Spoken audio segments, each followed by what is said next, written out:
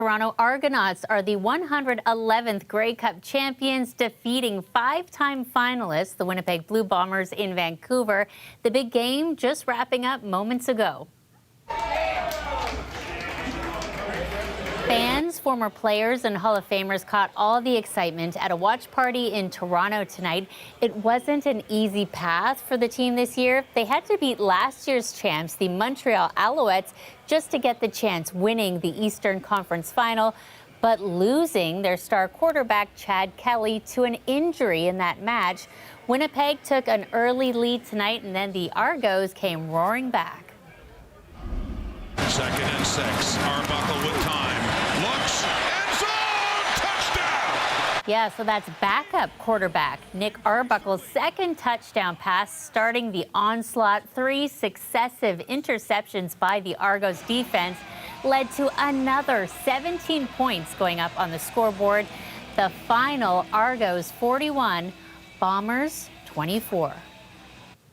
Well, turning to some of the other big stories we're tracking tonight, Durham police say they're investigating a deadly case of intimate partner violence. A woman killed allegedly at the hands of her husband while 2 children were inside the home. As Tyreek Reed shows us, experts say it is the latest case in what they're calling a growing epidemic in our province. It breaks my heart. It's just awful, scary. I feel sorry for the family. Neighbors in Oshawa are struggling to find the words to describe what happened on their street in the Eulalie Avenue and Clark Street area. Police say a 48-year-old woman is now dead. The suspect, her husband. Her husband, a 41-year-old male, is in police custody and is facing a charge of first-degree murder. Their 2 children, as well as an elderly female, were on scene at the time. However, all of them are uninjured. Police say the call came in shortly after midnight Sunday. When they arrived, they found a woman with signs of trauma. Paramedics and officers tried to save her, but she died in a Toronto hospital. Anytime there's any sort of incident like this, I think it affects the community a great deal. I can tell you when it comes down to intimate partner violence, there's no geographical locations. It really affects everywhere and anywhere. Experts say femicide is a growing epidemic in Ontario. We are losing 1 or 2 women every week in the province, if not more. And that rate has consistently been higher and has not reduced in all these years. November is Women Abuse Prevention Month. The Ontario government recently pledged a $1.4 billion investment over 4 years to end gender-based violence against women. In terms of the investments, the issue remains that how are these investments made?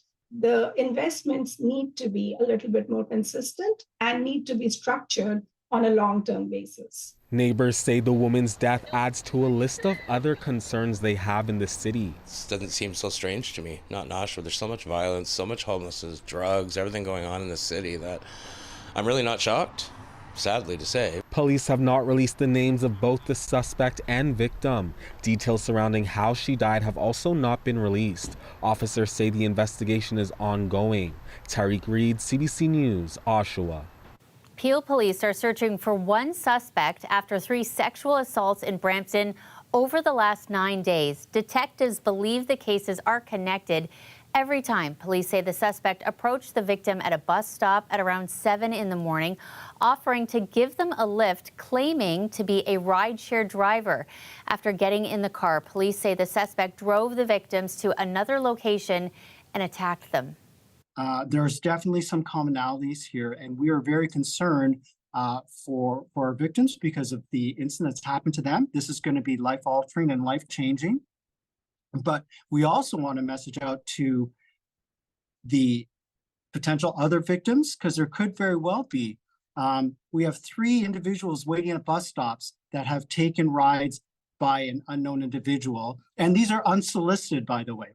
And certainly for the incidents on November the 8th, which are the first 2, we're fairly confident that it's a 4-door black, newer model Hyundai Elantra. This recent incident on November the 16th, we do know that it's a 4-door sedan. Please be careful when accepting rides from strangers. check the authenticity of what the driver's saying. If they are saying that they are a ride-sharing individual, make sure they have the documentation to prove that. Peel police are asking for specific dash cam footage from these dates, times, and locations on your screen. They say it could be a critical key to their investigation. Toronto residents rallying at Queen's Park this afternoon, honoring people injured or killed in road crashes.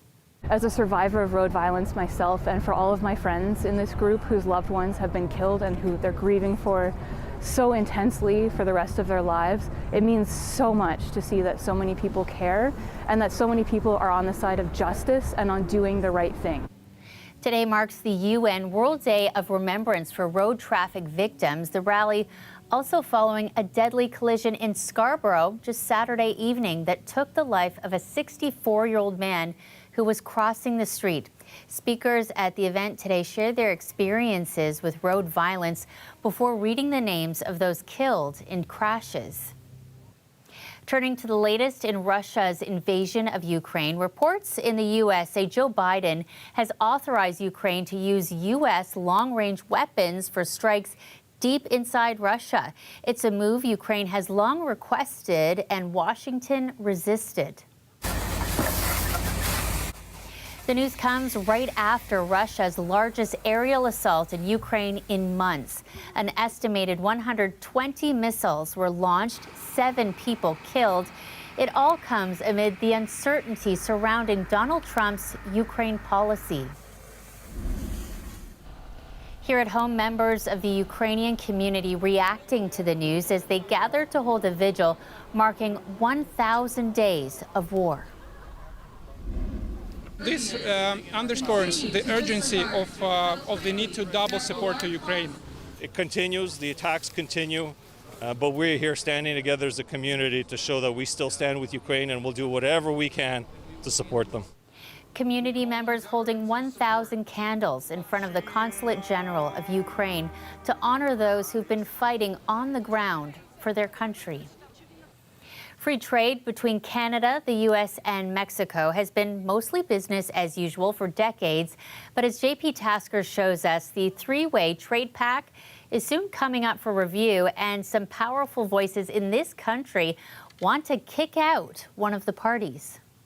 2 provincial premiers want to blow up the new NAFTA and cut Mexico out of a future trade deal with the United States. Canada and the U.S. has always had more balanced trade.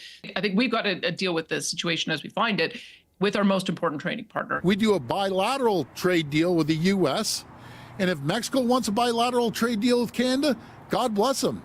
They're pitching it as a way to appease President-elect Donald Trump, who has promised to go after Mexico, saying China uses that country as a backdoor into North America. We're going to put the biggest tariffs. There won't be one damn car that's going to be able to come through our border. A Trump tariff on Canadian goods would be devastating. Aligning with Trump against Mexico may help Canada dodge the worst of his protectionist policies, Ford says. You look at Mexico, they're importing cheap products, undercutting our hardworking men and women, not only here, but in the U.S. It's not just premiers. Business interests like the steel industry are also lining up against Mexico. I don't feel like Mexico is part of this conversation, just Canada and the United States. But some say NAFTA is worth saving. This has been going since 1994. It has led to prosperity in all 3 countries. Trade between Canada and Mexico has grown considerably, and the 2 countries united against Trump could be a potent force. To simply say at the outset, hey, we're not sure we want to deal with you, maybe we'll go separately with the U.S., is definitely premature and probably unwise.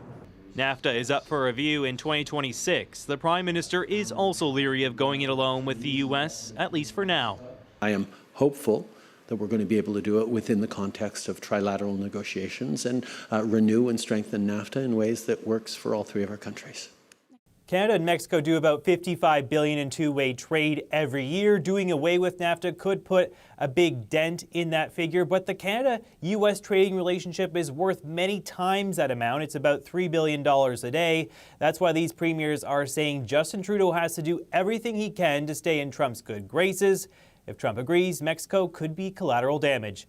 JP Tasker, CBC News, Ottawa. It is day 3 of the Canada Post strike, with 55,000 union workers remaining off the job and keeping most mail service at a standstill. Workers on the picket lines today say their union remains committed to negotiations. We're looking for fair wages, safe working conditions, and the ability to retire with dignity for our members. We're looking also for expansion of postal services for all communities. With the holiday season just around the corner, many are worried about the impact. As Sam Sampson shows us, Ottawa says at this point it is not planning back-to-work legislation. How's everybody doing? Solidarity is keeping this Edmonton crowd warm. Different local unions all showed up at this weekend rally to support striking staff at Canada Post. We have members who are using the food bank, and that's not a Christmas. The strike has shut down mail delivery across Canada for 3 days now. Yet the federal government insists it'll stay out of this labor dispute. The Labour Minister says he's not considering back-to-work legislation. Though Ottawa did use it when Canada Post workers hit picket lines in 2018, and in 2011, and in 1997. I think what makes the most difference is that the Liberal government is not in a position right now to table back-to-work legislation. There isn't enough necessarily support. The NDP have declared they're not going to support it. But politics did not stop Ottawa from intervening in recent strikes. It used legislation to force railway workers and BC port workers back on the job. Some suggest Canada Post might be a different story. It's running a deficit worth billions of dollars, and most Canadians don't rely on the postal system like they did years ago, meaning Ottawa may not be feeling the same pressures it did with other national strikes this year. There's no need to intervene. It is not the railroads, which is completely essential. It's not the Port of Vancouver. It is not the Port of Montreal, which truly will bring down the Canadian economy if they shut down for any period of time. But others say Ottawa will act. It will say that the strike is having a significant impact on the national economy, and that will be probably their main justification for ordering an end of the strike. Some Canadians do still need the postal service, including those living in rural areas and charities that rely on mail-outs to get big holiday donations. The Calgary Dream Centre, for example, uses that money to help house and treat people with addictions. Not being able to send Christmas cards or get Christmas packages on time is frustrating and is a delay. This is a matter of life or death, really, for some people. Canada Post and the union have an agreement where, in light of labor action, it will continue to deliver some government benefit checks, like old age security. But that might be the only mail going out for a while. On Sunday, Canada Post said it and the union were far apart at the bargaining table. Sam Sampson, CBC News, Edmonton. As we've been reporting, Toronto's original Christmas parade is in jeopardy, with organizers saying this year's event could be its last. Well, now the Prime Minister has hinted Ottawa might step in to help save it. As Nama Weingarten explains, details are still unclear, but the reaction has been nothing short of jolly. 'Twas the year before Toronto's original Santa Claus parade might not happen, when an unexpected gift was hinted to arrive. And it won't be coming from the North Pole, unless that's what you consider Ottawa. In a post on X, formerly known as Twitter, Prime Minister Justin Trudeau said on Friday that he heard the parade is having a few challenges, so he's going to help them out. We're very appreciative of the support. The parade's CEO says they're sorting out what that help could be. And so we're working through them on what those details look like. Once we have those details, I'm sure we'll be excited to share that. Trudeau's tweet came down the chimney after the parade's organizers warned they're $250,000 short for next year's event. And no, the Grinch didn't steal it. They say there's been less corporate sponsorships, and inflation means higher costs for things like warehouse space, staffing, and security. They already canceled the live TV broadcast this year to save money, live streaming it on YouTube instead. A GoFundMe already raised more than $70,000 to make up for the large deficit, which the federal government might help fill. Perfect! Toronto Mayor Olivia Chow stunned as she learned about Trudeau's promise, as if it's a Christmas miracle. I am very pleased that the federal government are willing to step up together with the city and other levels of government to say we believe in bringing families together and we believe in that wide-eyed look of children saying, Santa is arriving to town. Organizers say less than 5% of the parade's annual budget usually comes from government grants. The province also pledged money to help keep the 120-year-long tradition going. After running uninterrupted since 1905, through recessions, world wars, and the pandemic, the lack of funding meant this year's parade could be the last. For the big parade? Oh, really? I didn't hear that. Many kicked off the holiday season at the Beach's Santa Claus Parade Sunday, a different event, where they learned the news. I think that would be a shame. I think it's a great chance for all the kids to come out and everybody to come out and celebrate the holidays and start the Christmas season. And my kids grew up going to the Santa Claus Parade. Why ruin a tradition? It's just wonderful for our families, for our community, and it brings everybody together. This year's big parade is set for next Sunday. Nama Weingarten, CBC News, Toronto.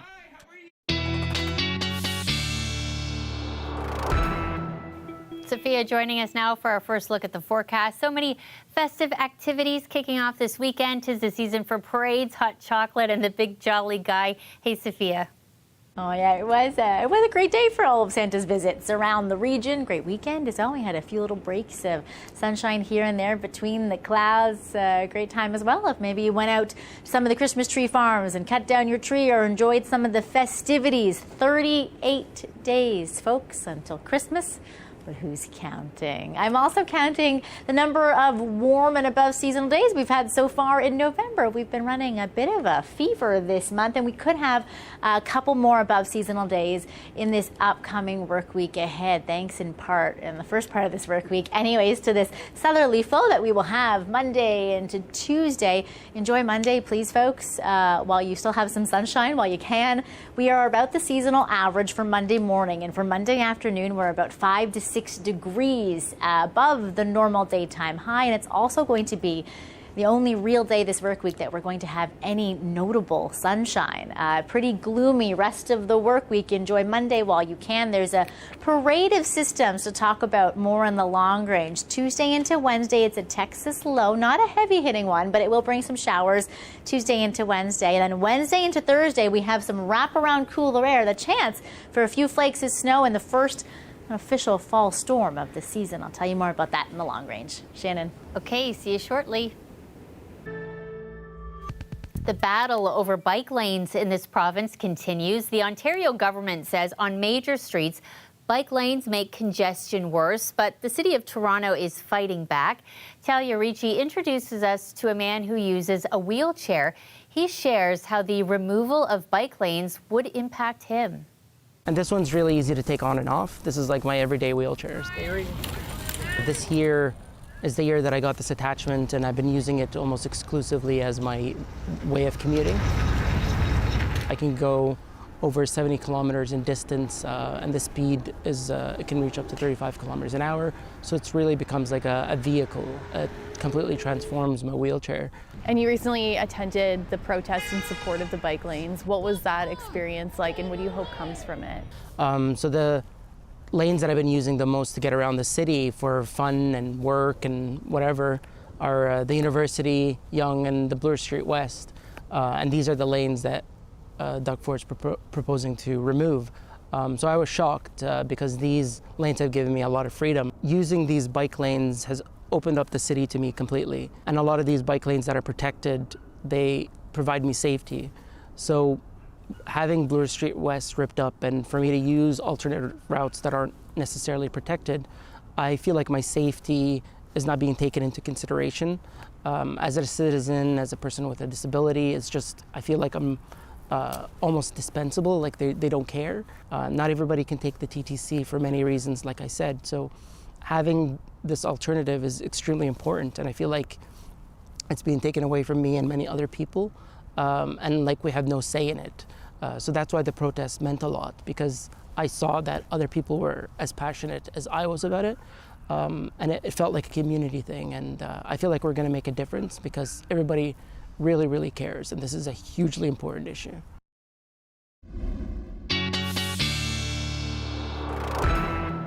Sophia is joining us again. You know, it's been such a weekend of joy. The Argos winning tonight, Taylor Swift bringing all the sparkles and sequins, and to top it all off, Santa Claus, too. Plenty of parades across the GTA kicking off the festive season. Hey, Sophia. Shannon, yes, there certainly were lots of events for folks to be out there celebrating around the city this weekend and around the region. For Taylor fans, for folks going out to catch a glimpse of the big guy in red, Santa, and also for all the football fans as well. In the weather world, there's something to celebrate still upcoming on Monday, and that's really the only sunny and warm-ish day of this upcoming work week. Hey, if you haven't put up your Christmas lights or you want to get an early start on them, Monday would be a great day. Double digits, about 5 degrees above seasonal, and some noticeable sunshine. Enjoy it while you can. Catch that vitamin D, because later on in the work week, some gloomy November and even stormy skies come into play. Chances some showers Tuesday into Wednesday, and then look, this is that fall storm we've been talking about. You can really see it portrayed in the icons. High chance of precipitation, cool overnight lows, and what a U-turn from Wednesday to Thursday when it comes to temperatures. Potential of some heavy rain, maybe even a few flakes flying for some higher elevation areas when you have this colder air that's going to dive down. Whenever you see this warmer air anomaly towards the north and cooler air in the south, you know there's some active weather in that fast air exchange. It all starts with this Texas low. Tuesday into Wednesday will bring some on and off showers, some gusty winds around Thunder Bay, and then wrap around cooler air Wednesday into Thursday as this new system reforms, creating this sort of potent fall low that will bring gusty winds Wednesday into Thursday and some below seasonal temperatures to the south. Look at that. Windsor will be just 4 degrees come Thursday. That's about 3 degrees below seasonal, while Timmins is about 7 degrees above seasonal, along with all that fall rain and wind that will come really from Wednesday into Thursday. Some of you, your temperature goes down to just a third, feeling like the freezing mark on Thursday. And for others, this might be a pretty good week to start thinking about putting on those snow tires. I will be back with you next weekend when we'll do another countdown where it'll be 30 days to Christmas. Yes, I am certainly counting. Oh, Shannon, we back to you. all are counting down too. Thanks, Sophia. That's our show for you tonight. Thanks for watching. For now, we want to take you back to the Beaches Santa Claus Parade today in Toronto. Santa Claus and Mrs. Claus making a special early appearance, along with some bands, local businesses, little ones dressed up there, and some organizations. Everyone having plenty of fun. Have a great night, and we'll see you next weekend.